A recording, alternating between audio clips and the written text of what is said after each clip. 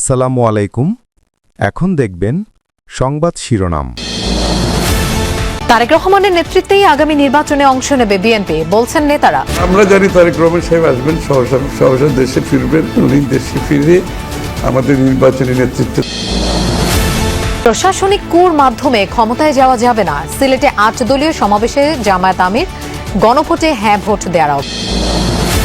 তফসিল ঘোষণার আগে 10 ডিসেম্বর রাষ্ট্রপতির সঙ্গে সাক্ষাৎ করবেন সিইসি। আইন শৃঙ্খলা পরিস্থিতি স্বাভাবিক রাখাই চ্যালেঞ্জ, মন্তব্য পররাষ্ট্র উপদেষ্টা। দলের নেতারা স্পষ্ট জানিয়েছেন তারেক রহমানের নেতৃত্বেই আগামী নির্বাচনে অংশ নেবে বিএনপি। উপযুক্ত সময়ে দেশে ফিরবেন দলের ভারপ্রাপ্ত চেয়ারম্যান। এদিকে আগামীকাল থেকে শুরু হচ্ছে বিএনপির দেশ গড়ার কর্মসূচি। 13 ডিসেম্বর পর্যন্ত সেই সব কর্মসূচিতে তারেক রহমান ভার্চুয়ালি সমাপনী বক্তব্য দেবেন। এর মাধ্যমে আগামীর বাংলাদেশ নিয়ে মানুষের মতামত জানবে বিএনপি, যার আলোকে প্রস্তুত হবে দলটির নির্বাচনী ইশতেহার। 11 ডিসেম্বর ত্রয়োদশ সংসদ নির্বাচনের তফসিল ঘোষণার পরিকল্পনা আছে নির্বাচন কমিশনের। তাই জোর আলোচনা কবে দেশে ফিরবেন তারেক রহমান। মনোনয়ন দাখিলের আগে ভোটার না হলে প্রার্থী হওয়ার আইনি বিধিনিষেধ নিয়েও জনমনে নানা প্রশ্ন।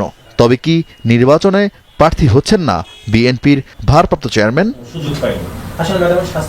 সকালে ঢাকায় নিজ কার্যালয়ে সাংবাদিকদের সাথে মতবিনিময় করেন বিএনপির স্থায়ী কমিটির সদস্য আমির খুসরো মাহমুদ চৌধুরী। জানান তারেক রহমানই বিএনপির নির্বাচনী কর্মকাণ্ডের নেতৃত্ব দিবেন। আমরা জানি তারেক রহমান সাহেব আসবেন, সহসা দেশে ফিরবেন। ওনার বাড়িঘর সব প্রায় শেষের দিকে, ওনার অফিসের কাজও প্রায় শেষের দিকে। উনি দেশে ফিরে আমাদের নির্বাচনী নেতৃত্ব দিবেন। ওনার নেতৃত্বে মন্ত্রিসভা গঠন হবে। রাজধানীতে 7 থেকে 13 ডিসেম্বর পর্যন্ত দেশ গড়ার কর্মসূচি নিয়ে দলীয় নেতাকর্মী ও সমাজের বিভিন্ন পর্যায়ের মানুষের মতামত জানবে বিএনপি।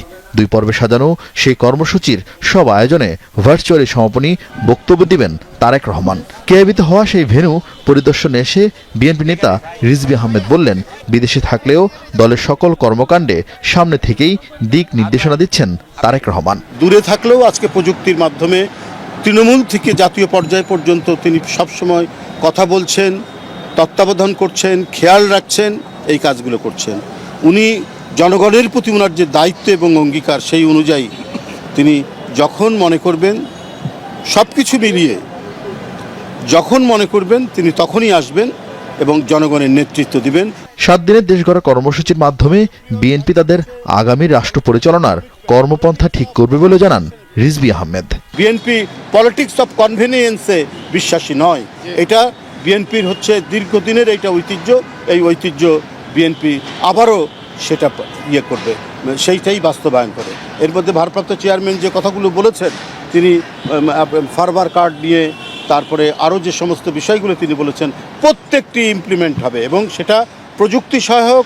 আগামীকাল সকালে কর্মসূচির উদ্বোধন করবেন বিএনপির মহাসচিব মির্জা ফখরুল ইসলাম আলমগীর। প্রথম 2 দিনের আয়োজক ছাত্রদল। শুরু হচ্ছে যারা নির্বাচন নিয়ে এতদিন অস্থির হয়েছিল, তারা এখন নির্বাচন পেছানোর ষড়যন্ত্রে লিপ্ত বলে অভিযোগ করেছেন সমমনা ইসলামী দলগুলোর নেতারা। সিলেটে 8 দলের বিভাগীয় সমাবেশে তারা এমন অভিযোগ করেন। পাশাপাশি সংস্কার ও নির্বাচন নিয়ে সকল ষড়যন্ত্র রুখে দেওয়া হবে বলেও উল্লেখ করেন তারা। দুপুর থেকেই খণ্ড খণ্ড মিছিল নিয়ে সমাবেশস্থলে জড়ো হতে থাকেন নেতাকর্মীরা। এ সময় নেতাকর্মীদের হাতে দলীয় প্রতীক। বিকেল 3টার দিকে সমাবেশস্থলে পৌঁছান কেন্দ্রীয় নেতৃবৃন্দ। খেলাফত মজলিসের আমির মাওলানা মামুনুল হক বলেন, আগামী নির্বাচন শুধু প্রতীকের নয়, এটি জুলাই সনদ বাস্তবায়নের নির্বাচন। গণভোটে যারা ন্যায়ের পক্ষে ক্যাম্পেইন করবে, জনগণ তাদের প্রত্যাখ্যান করবে বলেও মন্তব্য করেন তিনি। সমাগত 2026 সালের ফেব্রুয়ারির যে নির্বাচন, এটি শুধু প্রতীকের নির্বাচন নয়, এটি জুলাই সনদ বাস্তবায়নের লক্ষ্যে ঐতিহাসিক গণভোটেরও নির্বাচন। ইসলামী আন্দোলনের আমির মুফতি রেজাউল করিম বলেন, আগে যারা নির্বাচনের জন্য পাগল হয়ে গিয়েছিল, তারা এখন নির্বাচন পেছানোর ষড়যন্ত্র করছে। আজকে নির্বাচনের জন্য যারা পাগল হয়ে গেছিল, আজকে যখন তারা দেখেছে আজকে বাংলাদেশের জনগণ ফ্যাসিস্টদের পক্ষে এবং চালেন চাঁদাবাজদের পক্ষে নয়, ওদের বিরুদ্ধে অবস্থান করেছে। যারা প্রশাসনিক কুয়ের মাধ্যমে ক্ষমতায় যেতে চান তাদের উদ্দেশ্যে জামায়াতের আমির ডাক্তার শফিকুর রহমান বলেন, সেই সূর্য দেশে উঠবে না। কেউ যদি আবার চিন্তা করেন জনগণের সমর্থন পাব না, তাহলে বাঁকা পথে প্রশাসনিক কুর মাধ্যমে আমরা নির্বাচনের ক্রেডিট হাইজ্যাক করব, তাদেরকে বলবো বন্ধু, সেই সূর্য ডুবে গেছে, এই সূর্য আর বাংলাদেশে উঠবে না। পাশাপাশি 8 দলের বাইরে থাকা অন্যান্য ইসলামী দলগুলোকেও ঐক্যবদ্ধ হওয়ার আহ্বান জানান বক্তারা। জাতীয় সংসদ নির্বাচন ও গণভোটের তফসিল ঘোষণার আগে আগামী 10 ডিসেম্বর রাষ্ট্রপতির সঙ্গে সাক্ষাৎ করবেন প্রধান নির্বাচন কমিশনার এম নাসির উদ্দিনের নেতৃত্বাধীন নির্বাচন কমিশন ইসি। প্রথা অনুযায়ী রাষ্ট্রপতির সঙ্গে সাক্ষাতের পর নির্বাচনের তফসিল ঘোষণা করা হতে পারে। রাষ্ট্রপতির সঙ্গে সাক্ষাতের আগে আগামীকাল 7 ডিসেম্বর তফসিল নিয়ে নির্বাচন কমিশন নিজেরা সভায় বসার কথা রয়েছে।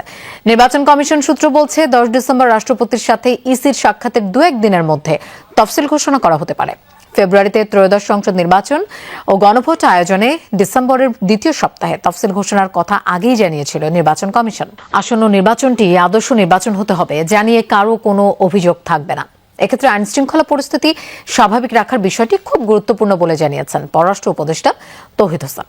সকালে রংপুর জেলা প্রশাসকের সম্মেলন কক্ষে জেলা ও পুলিশ প্রশাসনের সাথে মত বিনিময় সভা শেষে এসব কথা বলেন তিনি। তৌহিদ হোসেন বলেন, নির্বাচনে হেরে যাওয়ার সম্ভাবনা থাকলে ভোট কেন্দ্রে অনেকে গন্ডগোল করার চেষ্টা করতে পারে, সেজন্য আইন শৃঙ্খলা বাহিনীকে প্রস্তুত থাকতে হবে বলেও জানান তিনি। মত বিনিময় সভায় জেলা প্রশাসক, পুলিশ সুপার সহ অন্যান্য কর্মকর্তারা উপস্থিত ছিলেন।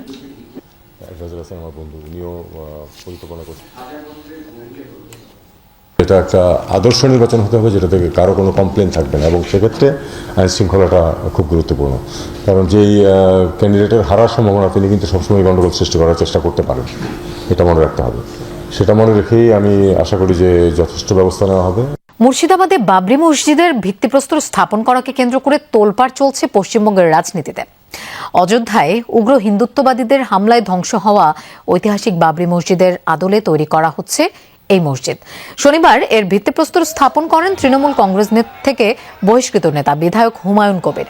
বাবরি মসজিদ ধ্বংসের 33 বছর পূর্তির দিনে এই আয়োজন করা হয়। ভিত্তিপ্রস্তর স্থাপনকে ঘিরে কড়া নিরাপত্তা ব্যবস্থা নেওয়া হয় মুর্শিদাবাদ সহ আশপাশের জেলাগুলোয়।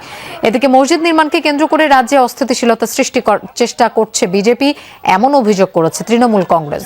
বিধায়ক হুমায়ুন কবিরের মাধ্যমে ধর্মীয় সংঘাত সৃষ্টির চেষ্টা করা হচ্ছে বলে অভিযোগ দলটির। এই ঘটনায় তাকে বরখাস্ত করা হয়। সেই বাধার কথা পরে জানতে পারবেন, দিনের পর দিন যখন এই কাজ শুরু চলবে। আমি আজকে আবার আপনাদের কাছে ঘোষণা করছি, বাবরি মসজিদ নির্মাণ হবে, কোন শক্তি আটকাতে পারবে না। আটকাতে আসলে আমাদের জীবনের যারা ইসলাম মানেন তারা মসজিদ বানাবেন, হিন্দুরা মন্দির বানাবে, খ্রিস্ট ধর্ম যারা মানেন তারা গির্জা চার্চ বানাবেন, শিখ যারা তারা গুরুদ্বারা বানাবেন, এতে আপত্তি নেই, কিন্তু নামকরণে আপত্তি আছে।